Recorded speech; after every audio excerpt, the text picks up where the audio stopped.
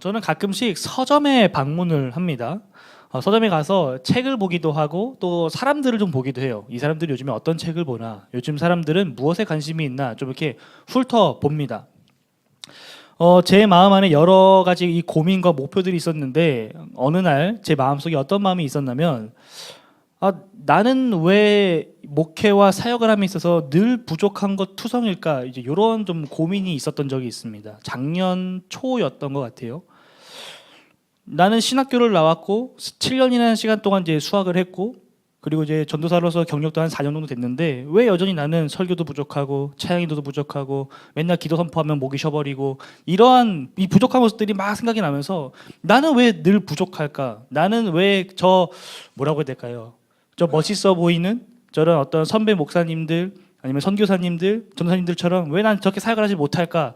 이러한 이 고민과 걱정, 그리고 나는 과연 나중에 저들처럼 될 수 있을까? 이런 어떤 불안 가운데 좀 휩싸였던 적이 있습니다. 그때 제가 서점에서 이 눈에 띄는 책 한 권을 발견하게 됐어요. 바로 이 책인데, 신학교에서 가르쳐주자는 15가지라는 책이었습니다. 여기에서 이제 뭐 사모님과의 관계는 어떻게 되는가, 교회에서 내가 구직되지 않았을 때 어떻게 되는가, 이런 어떤 학교에서 배울 수 없는 여러 가지 요소들을 좀 가르쳐주는 책이었어요. 이 책의 부제가 경험 많은 목회자들의 사려 깊고 솔직한 현실 목회 조언이었습니다. 학교에서 7년이라는 긴 시간 동안 성경도 배우고 신학도 배우고 목회도 배웠지만 이 모든 것을 배우고 마스터했다고 말할 수는 없는 상황이었어요. 성경, 그리고 신학, 목회, 이 방대한 양을 학교에서 전부 다 가르칠 수는 없었기 때문인 거죠. 배울 수도 없었고요. 때로는 학교에서 배우는 이론이 아니라 이 목회 현장에서 직접 몸으로 부딪히면서 깨지면서 몸도 터득하고 깨닫는 그러한 것들도 필요했기 때문입니다. 그러니까 속된 말로 짬밥을 무시할 수 없으니까 그 짬밥의 노련함과 이 지혜를 알고 싶은 마음에 그 책을 덥석 집어서 이제 구매했던 그런 기억이 있어요. 사람은 누구나 내가 아직 그 자리에 올라가 보지 못했을 때, 밑에서 바라봤을 때에 그 자리가 좀 만만해 보입니다. 내가 하면 할 수 있을 것 같은데? 나도 저 정도는 할 수 있을 것 같은데? 라고 말이죠. 근데 사실은 누군가 하는 일이 쉬워 보인다는 것은 사실 그 사람이 그 분야의 고인물, 전문가라는 사실을 우리는 쉽게 망각해버려요. 수많은 시행착오와 공부, 수련을 끝에 그 사람이 터득한 이 지혜인 것이죠. 오늘 본문도 마찬가지입니다. 이 위대한 성군 다윗을 뒤이어서 이 솔로몬이 차기 임금으로, 새로운 왕으로 즉위하게 됐어요. 그가 즉위한 나이를 정확히 알 수는 없지만 성경에는 여러 흔적들을 찾아봤을 때 대략적으로 20살 전후에 굉장히 젊은 나이였을 것이다 라고 우리가 추정해 볼 수 있습니다. 젊은 청년의 때에 왕이 된 솔로몬의 마음은 과연 어땠을까요?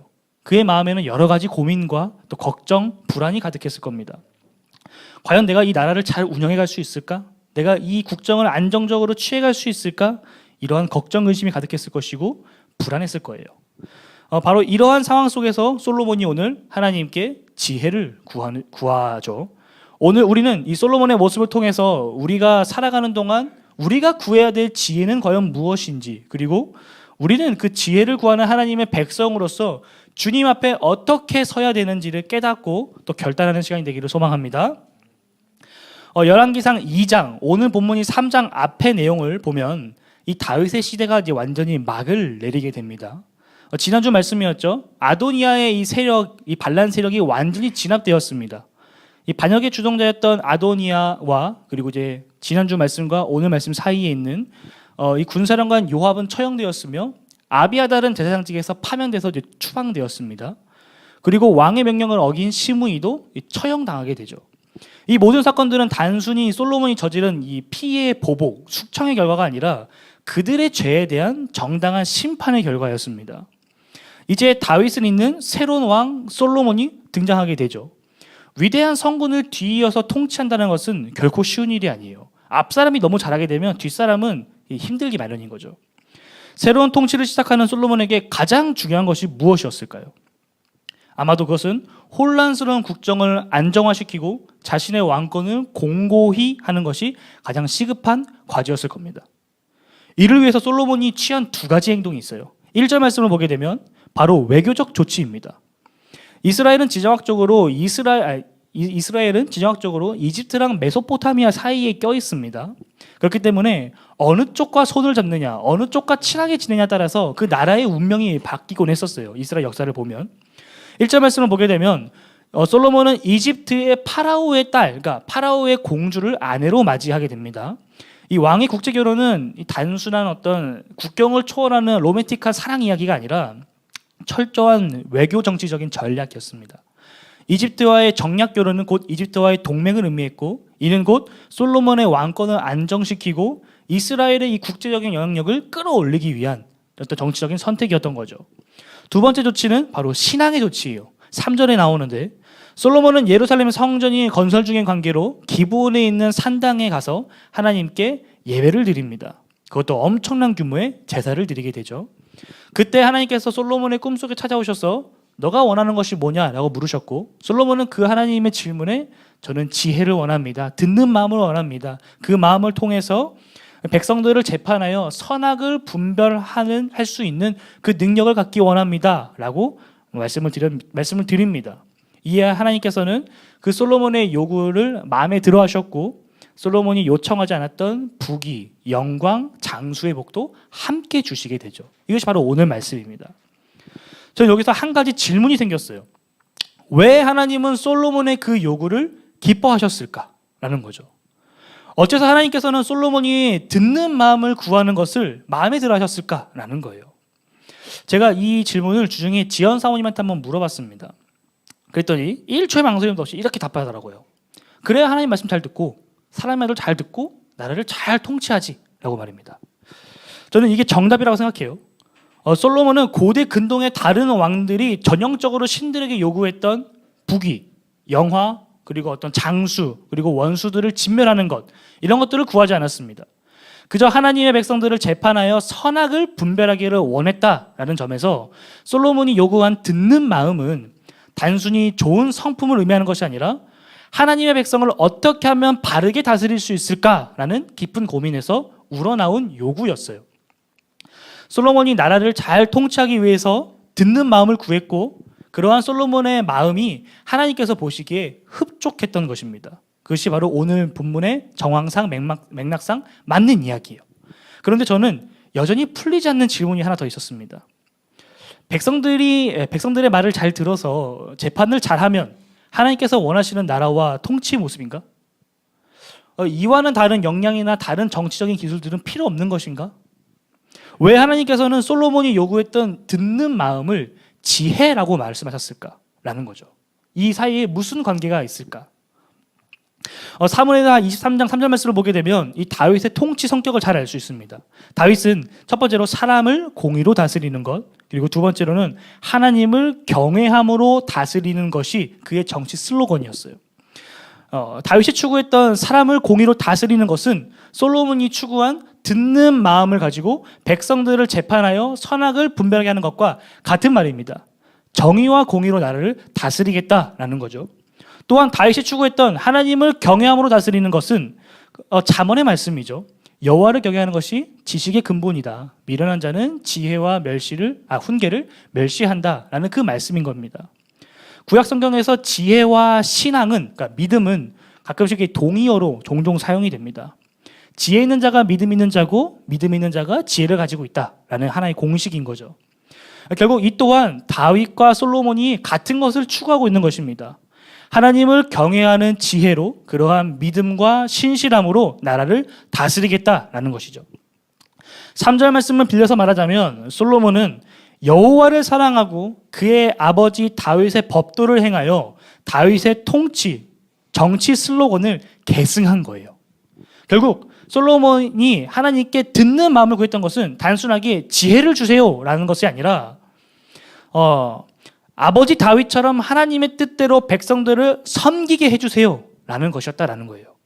하나님의 마음에 합했던 다윗처럼 통치하기를 원한다고 하니 하나님의 마음에 쏙 들 수밖에 없었던 거죠. 이 지점에서 우리가 좀 진지하게 고민해 봐야 됩니다. 우리는 하나님께 무엇을 구해야 하는가에 대해서 말이죠. 우리가 하나님께 구하는 것들 중에 세속적인 것들이 있어요. 예를 들면 취업 잘 되게 해주세요. 좋은 학교에 진학하게 해주세요. 더 많은 돈을 벌게 해주세요. 이러한 기도들 과연 잘못된 걸까요? 절대 아닙니다. 이것은 흑백 논리처럼 이분법적으로 생각할 수 있는 문제가 아니에요. 하나님께서는 우리가 일상에서 필요한 것들을 구하는 것을 바라십니다. 그런 걸 구하라고 말씀하세요. 구하고 찾고 두드리면 주신다라고 말씀하셨죠. 하지만 포인트가 무엇입니까? 포인트는 무엇을 구하느냐가 아니라 우리가 구하는 것의 진정한 이유, 그 목적과 동기가 뭐냐라는 거예요. 우리가 구하는 그 이유가 과연 하나님의 마음과 그 뜻에 부합한가? 이것이 중요한 포인트라는 것입니다. 여기서 우리가 조심해야 될 한 가지가 있어요. 함정이 있는데 많은 사람들이 신앙과 그리고 세상을 이분법적으로 구분한다라는 거예요. 세속적인 건 나쁜 것이고 영적인 것은 선하다라고 생각을 하죠. 하지만 성경은 그렇게 말하지 않습니다. 이 솔로몬은 왕으로서 현실 정치의 그 중심에 있었지만 그가 하는 그 정치는 세속적인 일이 아니었어요. 그가 하나님의 지혜로 하나님의 백성들을 다스려야겠다는 마음을 가졌기 때문입니다.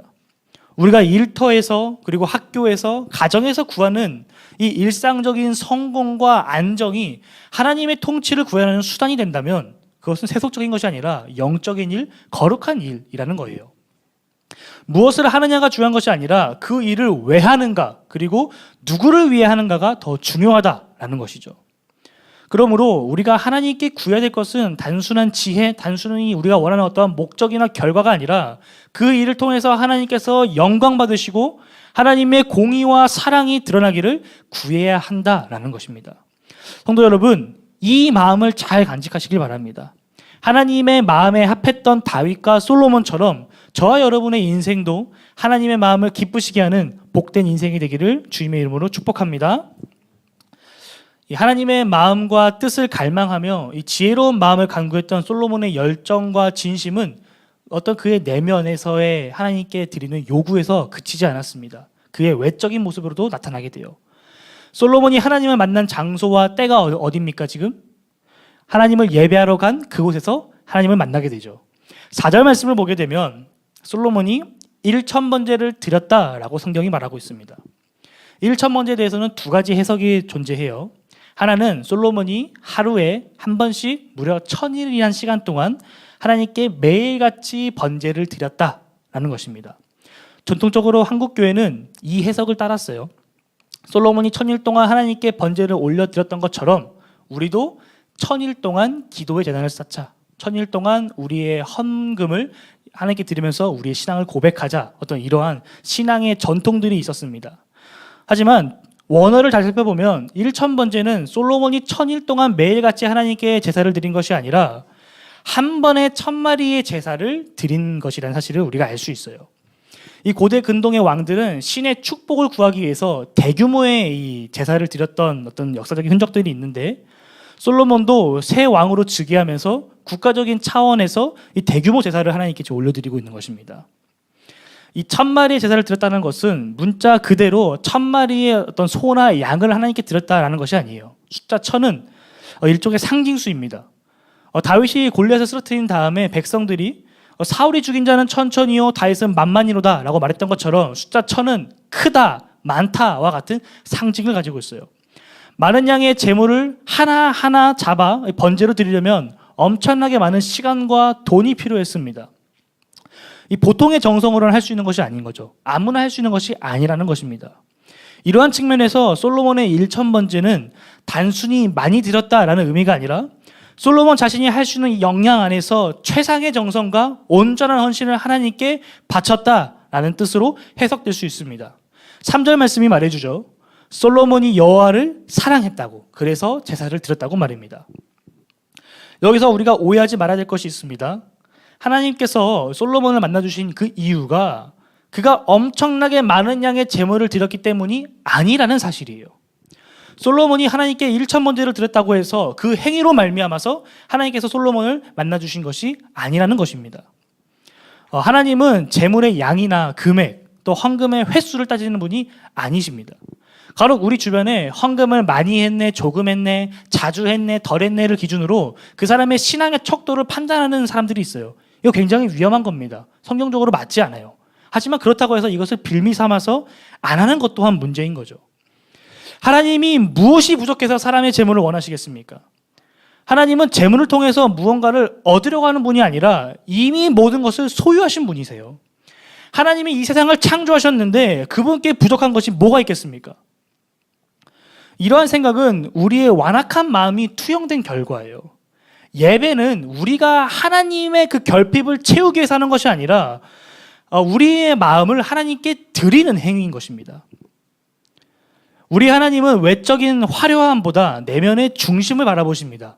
사무엘상 16장 7절에서 사람은 외모를 보거니와 하나님은 중심을 보신다고 말씀하셨죠. 솔로몬의 1000번제가 하나님께 상달된 이유는 그 제사의 규모가 아니라 그 제사를 드리는 솔로몬의 마음의 방향이 하나님께로 맞춰졌기 때문인 거예요.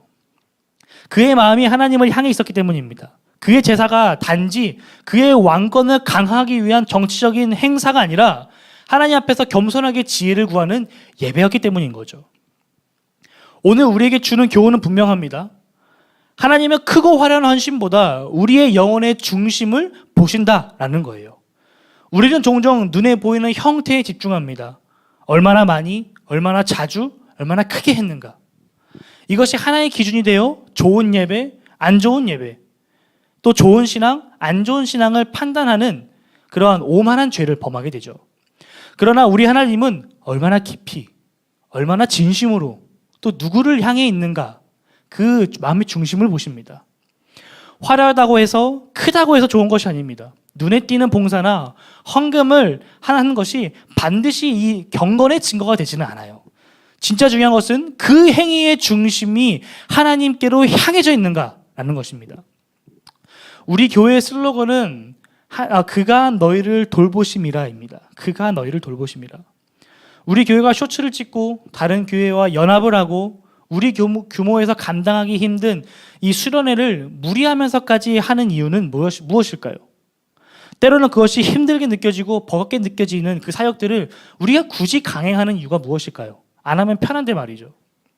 이는 우리 교회가 유명해지기 위해서도 아니고 우리 교회가 커지기 위해서도 아닙니다.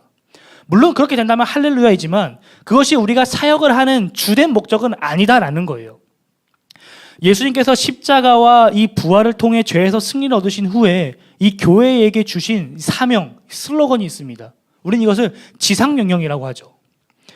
교회는 예수님의 명령을 따라서 모든 민족을 제자 삼아야 됩니다.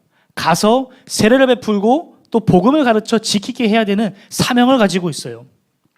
우리에게 주어진 거룩한 소명이고 이 모든 과정에 예수님께서 함께 하시겠다고 말씀해 주셨습니다.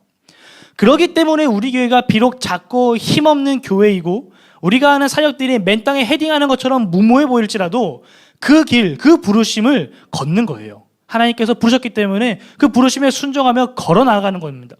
걸어 나아가는 것입니다. 우리의 힘과 능력이 아닌 하나님의 지혜와 능력으로 행하는 교회, 사람의 시각과 생각이 아닌 하나님의 시각과 생각을 품고 나아가는 교회, 하나님께서 언제나 우리와 함께 하시며 우리를 돌보실 것을 기대하며 나아가는 교회, 이것이 바로 우리 교회의 슬로건 정체성인 거예요. 성도 여러분, 솔로몬은 왕으로서 백성들을 공의와 정의로 다스리기 위해 지혜를 구했고 우리 교회는 복음을 전하기 위해 지혜를 구하며 고군분투하고 있습니다. 그렇다면 우리 개개인의 삶의 영역에서는 어때야 될까요? 마찬가지인 거죠.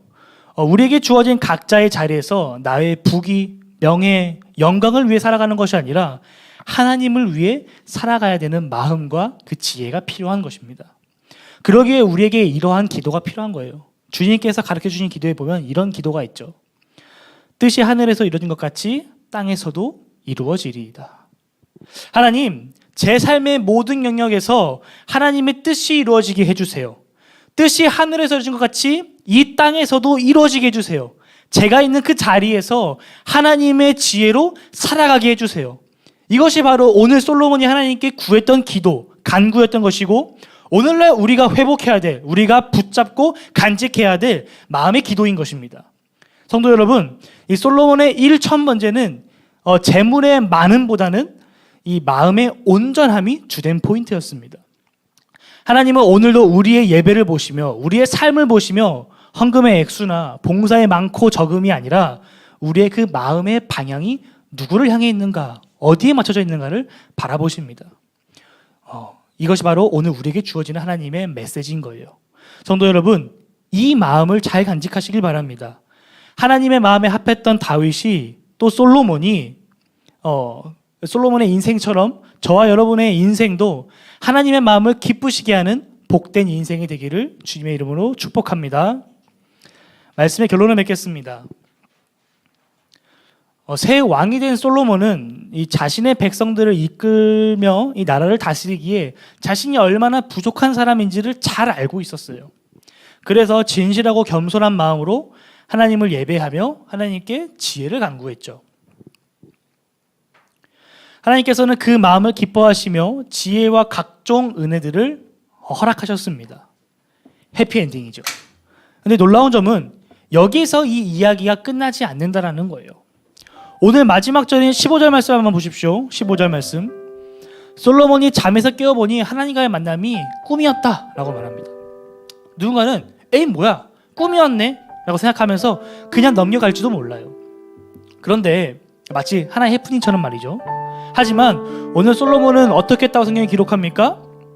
예루살렘에 이르러 여호와의 언약궤 앞에 서서 번제와 감사의 제물을 드렸다라고 말합니다.